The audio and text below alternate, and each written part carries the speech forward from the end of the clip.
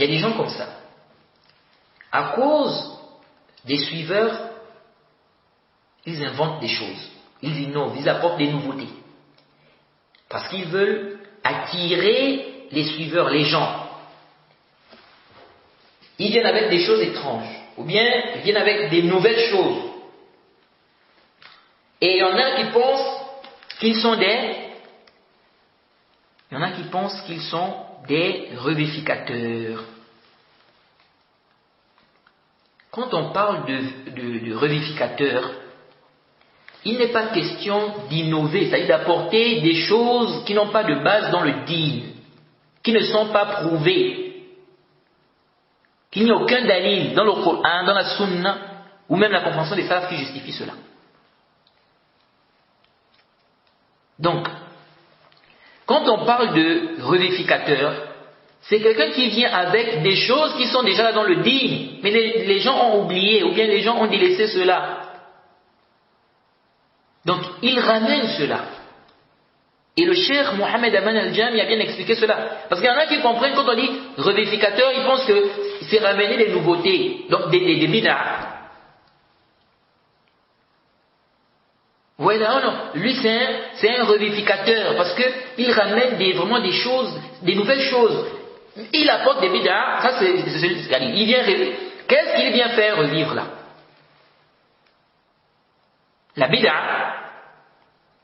Quand on parle de revivificateur, on parle de celui qui apporte des choses qui sont d'abord là dans le din, mais les gens ont oublié ou bien les gens ont délaissé. Donc lui, il ramène ça. Donc c'est comme s'il réveillait, il est en train de réveiller les gens. Ce n'est pas qu'il vient avec des choses qui n'existent pas dans le din. Non, ça c'est pas un revivificateur. Ça c'est plutôt un innovateur. Donc il faut faire très attention. Et quand on parle de revivificateur, ce n'est pas forcément une personne, ça peut être un groupe de personnes. Vous voyez? Donc le revivificateur, c'est celui qui vient avec des choses qui sont déjà là, il fait revivre cela. Comme par exemple le Cheikh Al-Albani. Le Cheikh Al-Albani a fait revivre beaucoup de choses, il a fait sortir beaucoup de masaïl que les gens avaient pratiquement, soit les gens avaient oublié, ou les gens n'en parlaient même pas. Vous voyez, il a ramené plein de choses qui étaient pourtant c'était des choses qui étaient là depuis. Mais les gens avaient parfois, soit les gens avaient délaissé cela, ou les gens avaient oublié, ou bien il y avait, voilà, ce n'était pas vraiment répandu et tout. Vous voyez. Et on peut trouver des prédicateurs comme ça, qui ramènent, qui font revivre des choses, des sunan, des choses qui existent dans le din, mais des gens ont délaissé cela. Mais quelqu'un qui vient avec des bid'ah, des innovations, vous dites ça c'est un revivificateur, il fait revivre quoi? La bid'ah. Et puis il faut faire attention, il ne faut pas suivre les gens, il faut suivre le dalil. Le prédicateur doit suivre le dalil. Celui qui écoute les durous ou qui apprend auprès de quelqu'un, il doit suivre les dalils. Et un prédicateur ne doit pas se laisser influencer par le nombre. Bon, comme si je parle de ceci, ou bien depuis que j'ai commencé à faire da'wah, les gens n'écoutent pas vraiment mes cours, ou bien les gens ne me suivent pas, donc il faut que je fasse ce que les gens aiment. Vous voyez, c'est pourquoi vous allez voir que les innovateurs, c'est ça. Eux, c'est le nombre. C'est pourquoi ils vont faire ce que les gens aiment. Ils ne vont pas faire ce qui est venu dans le Kitab ou Sunna. Eux, c'est ce que les gens aiment. Comme les gens aiment ça, les gens aiment par exemple les vidéos, les gens aiment ceci, cela, donc on fait ça. Ça attire les gens. Non, c'est pas ça le but. Fais ce qui t'est demandé de faire. Ce qui est venu dans le Kitab ou Sunna. Si les gens suivent, alhamdoulilah, s'ils ne suivent pas, c'est une adoration.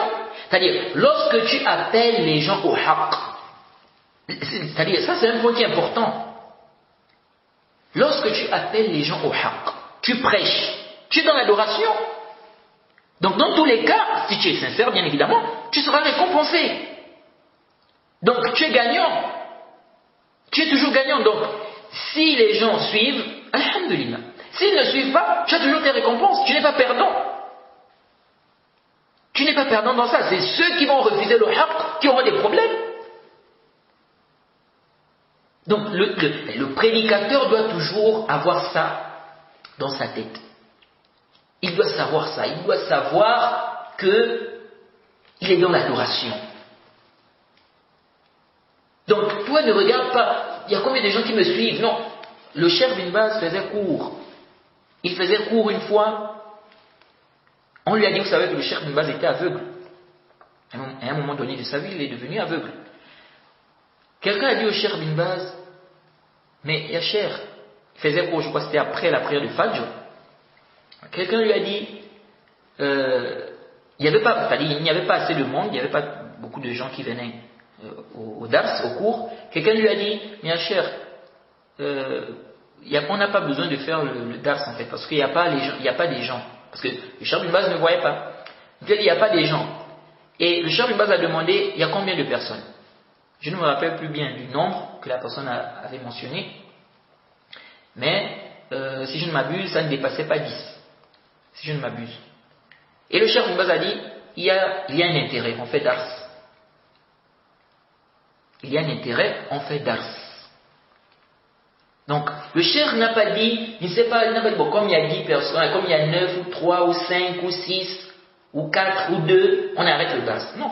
Même s'il n'y a qu'une seule personne qui écoute ton dars, fais le dars. Une seule personne, fais le dars. Tu es dans l'adoration. Et ne change pas, ne viens pas avec des bid'ah, parce que, comme les gens aiment cette bid'ah, donc moi je viens avec ça. Comme ça, les gens vont me suivre. Non, non mon frère, ne fonctionne pas comme ça. Car il se peut que des gens te suivent, qu'il y ait beaucoup de gens derrière toi. Mais quand tu vas mourir, mon frère, tu auras des problèmes. Tu auras des problèmes.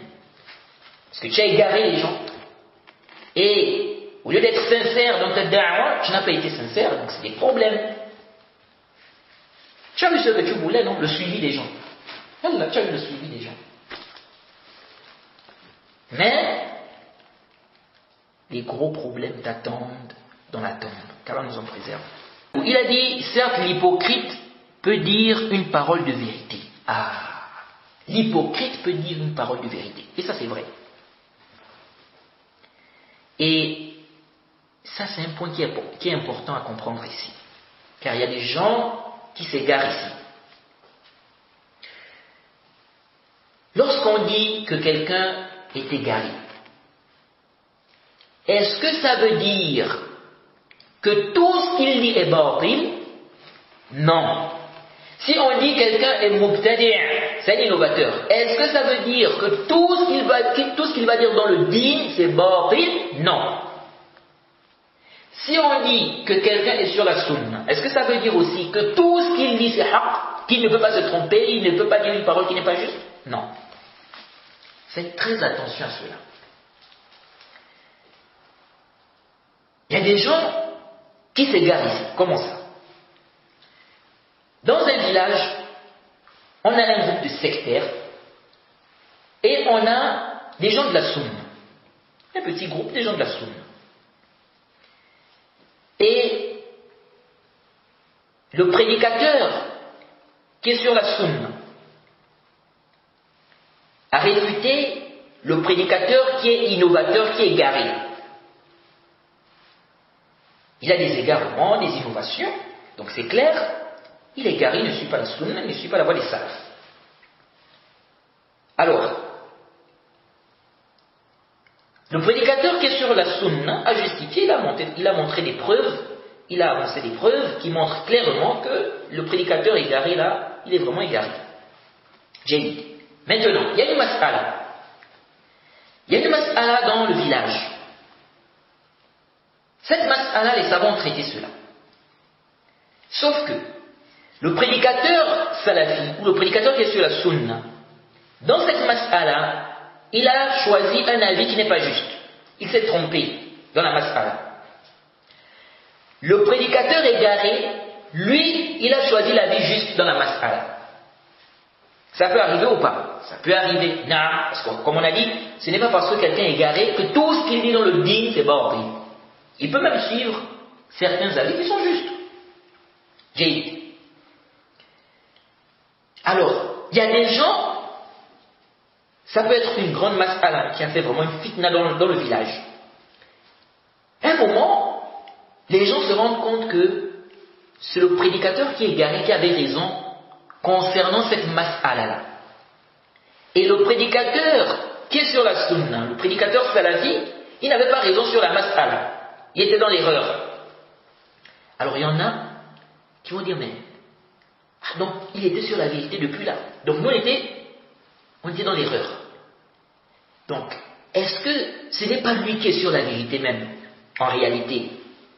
Et le prédicateur qu'on suit là, qu'on dit qu'il est salafi là, est-ce que ce n'est pas lui-même qui est dans l'erreur?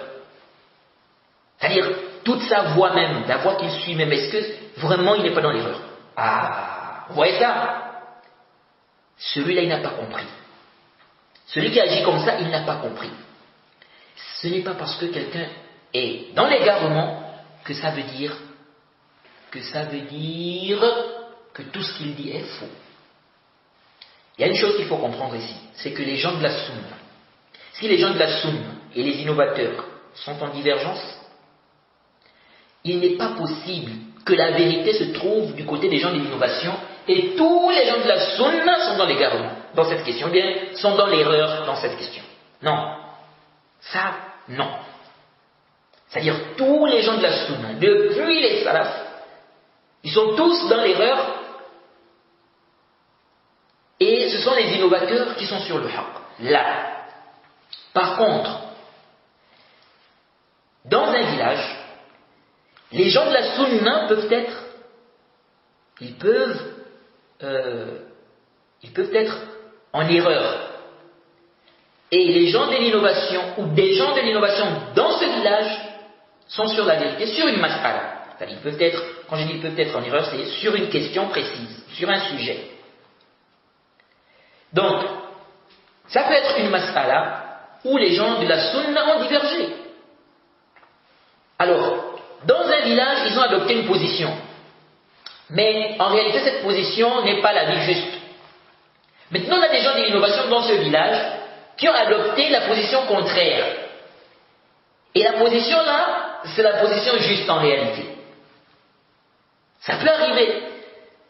Donc, ici, on ne dit pas non, ce n'est pas possible que dans tout un village, tous les gens de la sunna ont adopté une position qui n'est pas juste. Non, tout un village n'est pas le consensus de la umma. Tout un pays même. Un pays, des gens peuvent adopter une position dans un pays, c'est leur position. Cette position peut ne pas être. Cette position peut ne pas être juste. La position qui est juste, c'est une autre position qu'ils n'ont pas adoptée dans ce pays. Donc quelqu'un ne peut pas dire, mais comment ça? Donc ça veut dire que tous ceux qui sont dans le pays là, ils sont dans l'erreur. Le pays là, ce pays ne représente pas le ijma' de la umma. Si c'est une mas'ala qui a été traitée depuis l'époque des salafs, il y a eu une divergence depuis l'époque des salafs, le fait qu'un pays adopte une position, ça ne veut pas dire que c'est la position là, c'est-à-dire que c'est un ijma' de la umma là. Ce n'est pas du tout un ijma' de la umma. On peut dire, bon, dans ce pays-là, tous les prédicateurs ont adopté telle position. Mais dans ce village-là, tous les prédicateurs salafis ont adopté telle position. Ce n'est pas parce que tous les prédicateurs de ce village ont adopté telle position que forcément c'est la position qui est juste. Là. Les prédicateurs de ce pays ne sont pas, c'est-à-dire qu'ils ne font pas le ijma' de la umma. Ce n'est pas le consensus de la umma. Il y a d'autres prédicateurs dans d'autres pays qui sont sur la sunna et qui ont une autre position. Vous voyez? Donc ça, il faut bien que les gens comprennent ça. Vous voyez? C'est comme aujourd'hui, il y a certaines masaïl, par exemple, on sait qu'en Arabie Saoudite, on va dire, en Arabie Saoudite, la majorité des savants ont adopté telle position. Ou bien on ne connaît pas un savant qui a une autre position que telle position. Par exemple, en Arabie Saoudite. Est-ce que ça veut dire que forcément cette position c'est la vie juste? Non. Non, pas forcément. Donc tout revient aux preuves. Parce que le fait que des savants en Arabie Saoudite adoptent une position, ce n'est pas la position de toute la umma.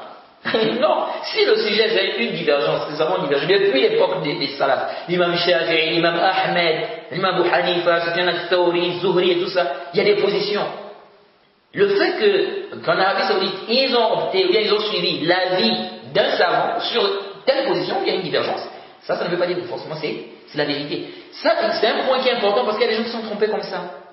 Ils se disent que si parce que tu arrives dans un village, tu viens avec un avis qui est pourtant un avis des savants de la sunna, tu ramènes des arguments, des gens sont en train de te regarder, parce qu'ils se disent que comment ça tous les prédicateurs salafis qui sont ici disent le contraire de ce que ce prédicateur salafi vient de dire.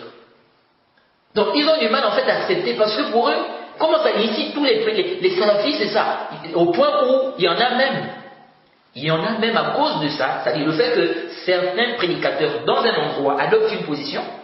Il y en a parfois qui prennent ça comme si c'est la position des gens de la sunna. C'est-à-dire dire le contraire, c'est une position des gens de bid'a. Parce que tellement c'est répandu dans l'endroit où ils vivent que les prédicateurs salafis ont adopté cette position ici. Ça, les gens doivent les gens doivent revoir leur façon de réfléchir ou de voir certaines choses. Vous voyez. Donc,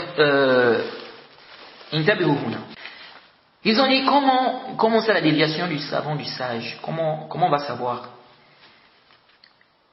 Il a dit, c'est une parole que vous allez réprimander, réprouver. Hein? Vous allez dire, qu'est-ce que c'est? Il a dit, prenez garde à sa déviation, mais que cela ne vous détourne pas de lui totalement. Donc, le fait de le délaisser totalement. Et ça, c'est un point important. Le savant de la sunna peut se tromper sur une mas'ala. C'est pas parce qu'il s'est trompé sur la mas'ala que forcément ça veut dire que c'est fini. Il est égaré, on ne prend plus de lui, c'est fini. Non, tahdir là. Et la voie des haddadiyya, c'est ça. Un savant a fait une erreur, c'est fini. C'est un égaré, c'est un mubtadi', c'est un murji, ou bien c'est un jahmi, ou bien c'est je ne sais pas quoi. Non. Il y a une façon de se comporter face aux erreurs des savants salafis, face aux erreurs des salafis.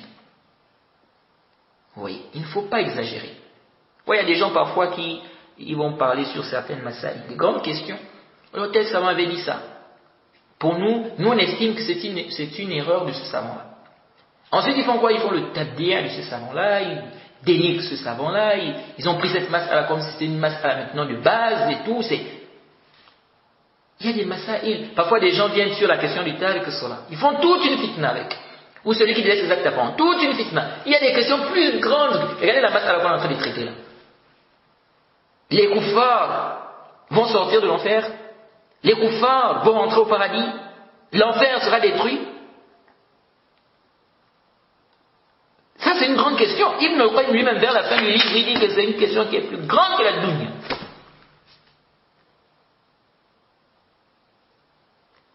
Toi, tu viens avec des questions, tariq as-salat. Non, il y a des questions plus grandes que cela. Tu fais quoi? Tu fais le takfir du Cheikh al-Islam ou d'Ibn al-Qayyim? On attribue. Il y a des gens de science qui voient que le Cheikh al-Islam Ibn Taymiyyah avait cette position de l'extinction de l'enfer. Il y a des gens de science qui voient que le Cheikh al-Islam, bien, que Ibn al-Qayyim voyait que les mécréants vont rentrer au paradis.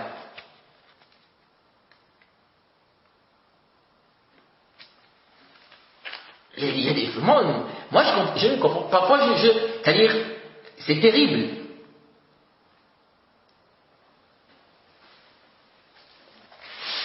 Et même cette question qu'on est en train de traiter là, l'extinction de l'enfer. Est-ce que vous savez qu'il y a des savants contemporains qui reconnaissent qu'il y a une divergence sur le sujet? Ils reconnaissent qu'il y a une divergence. Ils affirment qu'il y a une divergence sur le sujet. Mais que l'autre avis est da'if. Donc l'avis qui dit que l'enfer sera détruit. Que c'est un avis qui est da'if. Mais il y a une divergence quand même. Donc, les gens doivent faire attention avec les masaïl. Ils ont dit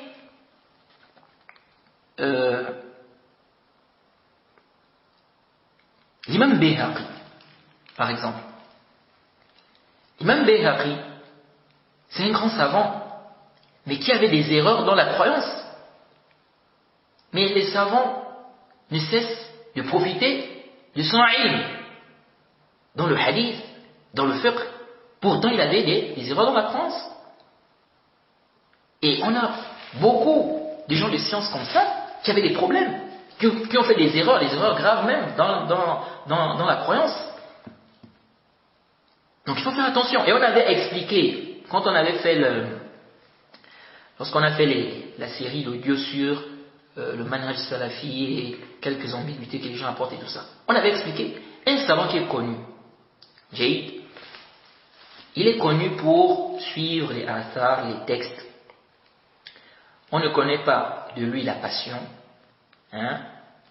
Il s'est trompé, il a fait une erreur, même si dans la croyance, il est déjà mort.